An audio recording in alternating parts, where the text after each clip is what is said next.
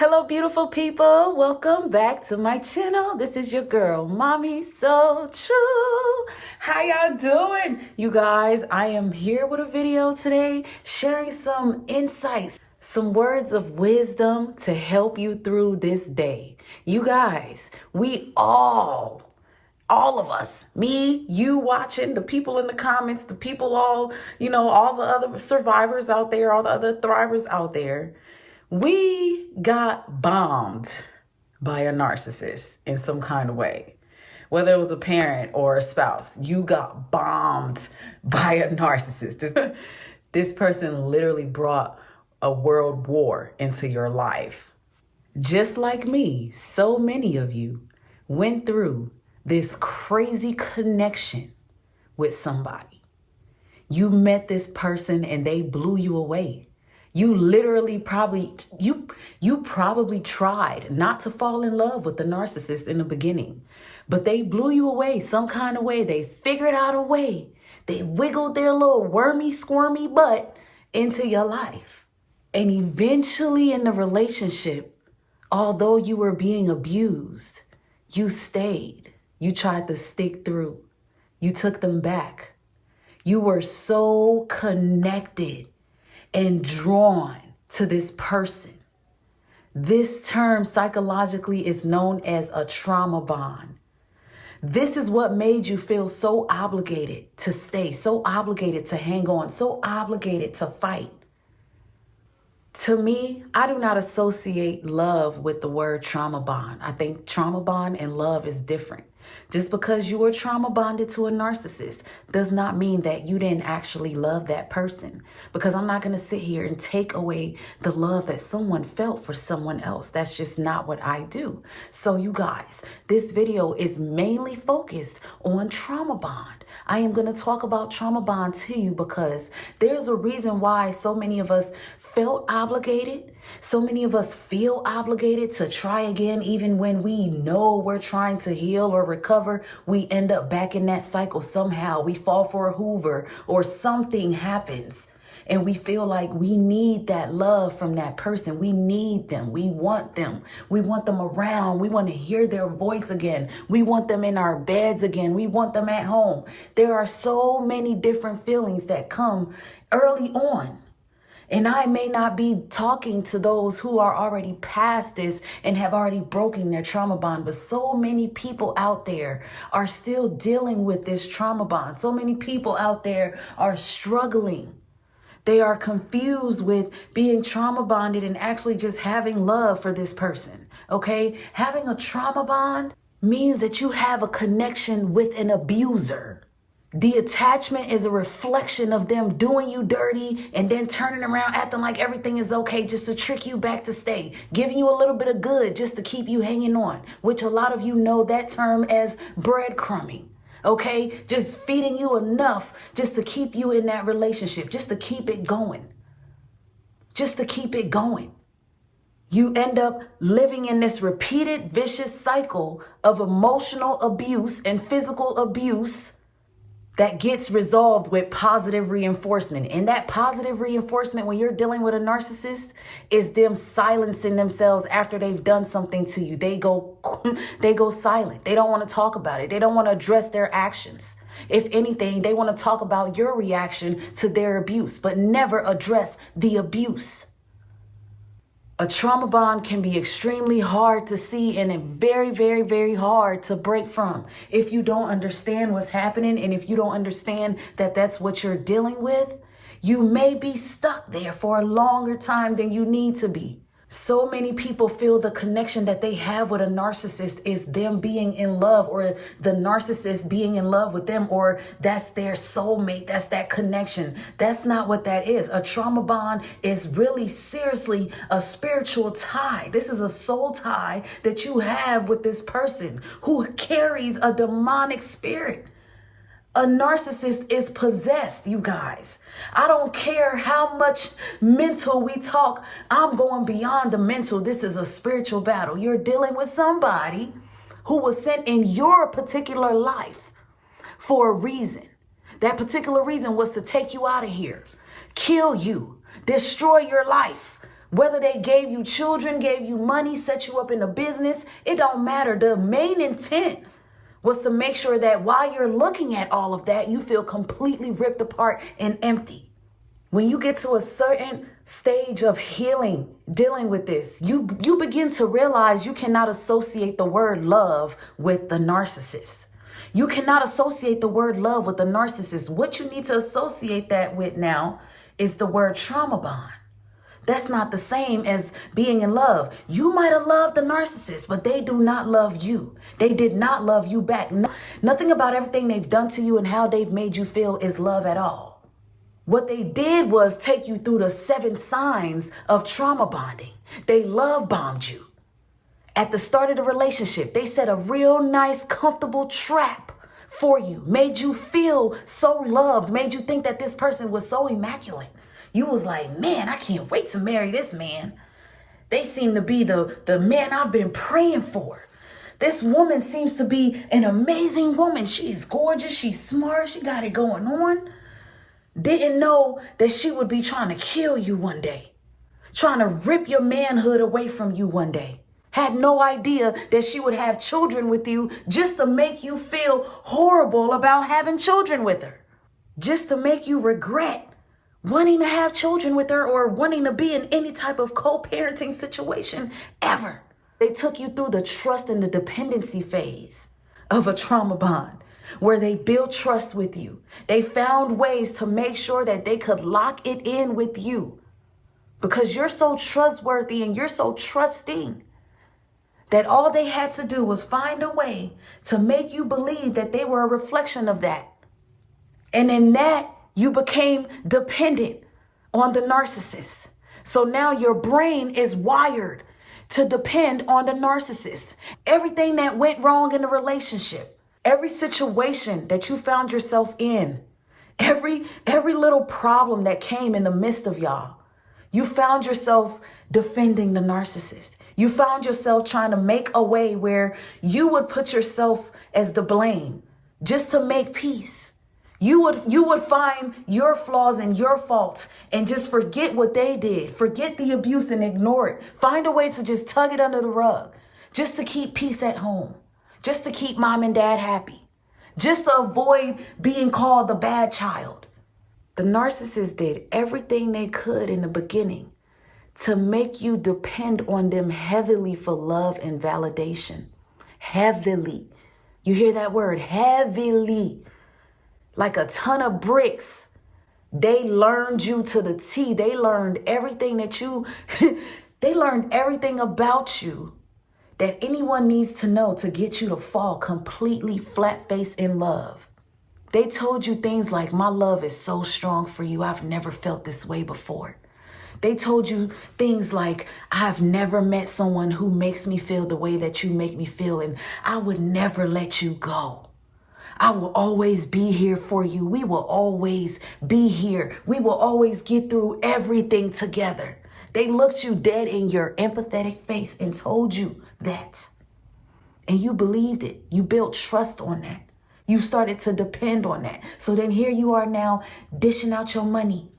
You giving out more than you need to give. You breaking your back. You sacrificing things for yourself to compliment the narcissist. They get into your head, making you think that they are completely for you, that they are all for you. So you become completely trusting and dependent. And then here comes that criticizing phase. Now everything you do is a problem. Now everything about you, they don't like it. Now everything you say brings an argument of some sort and you're just so confused. You're like, dang. What is it about me that you don't like? Dang. Mom and dad, what's the problem? Over time, their words become more and more demeaning and you start to feel smaller and smaller and smaller and smaller about yourself until you're no longer there. You don't even exist no more. Who you were is not there. So then the gaslighting gets cranked up a million notches. Now, every time you defend yourself, you're crazy. Now, every time you know they said something, they didn't say it. Now, every time you know they did something, it wasn't them. Over the course of the relationship, there becomes so many issues and problems that they use to gain control. They manipulate you, gaslighting you to make you feel you're crazy for such a long time that they control the narrative and you start riding with the story. You start to believe it. You start to believe that they are a good person. You start to believe that maybe, you know what, maybe they just need a little help. Maybe they just need a little extra love. Maybe they just need a little extra butt kissing. Now they got your mind. They got full control of you. You don't know who you are. You've completely lost yourself. You're living in a home and in an environment where nothing you do is good enough. Everything you say is bad. Everything you do to defend yourself makes the situations worse. You can't be sneaky and walk on eggshells because it makes things a million times worse. It gives them ammo to keep on mistreating you and talking down on you like a dog. When you think about a trauma bond, think about what's happening to your brain. It's not about the heart anymore. When you're dealing with a narcissist, it's not about the heart anymore. It's about what's happening to your brain. This is why you become addicted to this person. This is why letting go and walking away can seem so hard and can seem so unbearable or unimaginable. But you have to understand that you've been programmed and your brain has been wired a certain way. The trauma bond has become a neurological pathway that's been embedded in your brain because you've formed this toxic relationship. So when you think about narcissistic abuse, you got to remember that what's happening in your brain is a constant fight between cortisol and dopamine. Cortisol and dopamine. As a survivor in a narcissistic relationship and dealing with a narcissist, your cortisol levels are always elevated because this is how your stress is defended. Whenever you're under stress or under attack of any kind, your cortisol level is up. This is why, as a survivor, you feel like you're on edge when you are around unhealthy narcissistic people. Because of this, you constantly shut down. You have a fear of making the other person mad or not pleasing them in that moment. And that shutdown is you resulting to wanting some type of attention or validation from that person who is abusing you. This is what your brain is doing. Because your cortisol level rises, you start to want dopamine. And dopamine is the narcissist. So now your body is dealing with a high level of cortisol, which is battling and fiending for dopamine to balance it out. And the dopamine just happens to be your pleasure hormone. So you're getting pleasure from the narcissist because you're under stress. The same person who is hurting you, abusing you, and stressing you happens to be the same person who knows how to maybe make you feel better. If you put your feelings aside, your emotions aside, and just forget about how they're hurting you. Forget about what they're saying to you. Forget about how they're making you feel. You start to train yourself and program yourself like this throughout your entire relationship with a narcissist. That is why you become so connected to them. You become so needy and codependent for them. You become so in need for their validation. You become so obligated to stay. Because of this trauma bond, you only have one coping mechanism. And that coping mechanism is constantly trying to make it work with the narcissist, constantly trying to make things right with that narcissist, constantly trying to make the situation work, constantly trying to make them understand you. That becomes your only coping mechanism. So when you start knowing you need to get away from the relationship, or you do leave the relationship and it becomes hard and it feels hard, and then some days you're wanting to be with them so bad, you're missing them so bad. The reason is because the only coping mechanism you've had this entire relationship was leaning right back on them, the same person who was abusing you. You've been obligated to call on the same person who's been hurting you. So walking away, you feel like you have no one to turn to. You feel alone. You feel lost. You feel like maybe you made the wrong decision because you left your partner. You left the one person that you were severely connected to. But that connection is a trauma bond. That connection is nothing healthy. Nothing healthy. You are not obligated to be there with that narcissist. You are not obligated to fight through anything with that narcissist. Loving someone should not be that painful, that difficult. No, it should not be. Everything that they are doing to make you feel how you're feeling that led you to jump online to watch videos about the abuse is the reason why you should know that you are not obligated. You are not obligated to answer to Hoovers, to fall back into it, whether children are involved or not. You are not obligated. You're not obligated to keep them in your life just because of children. You're not obligated to keep them in your life because of material things. If you now know you're dealing with a narcissist, you have to literally be willing to sacrifice whatever it is that you have built with them and run for your life, because what you have with them is a traumatic bond. It's a traumatic bond. And that narcissist is never going to be able to break that bond. This is why they hoover. This is why they don't let supplies go, because they are traumatically bonded to everybody. See, a narcissist professionally trains you to be focused on them, whether they're abusing you in that moment, even through all the abuse. That's what you refer to as cognitive dissonance.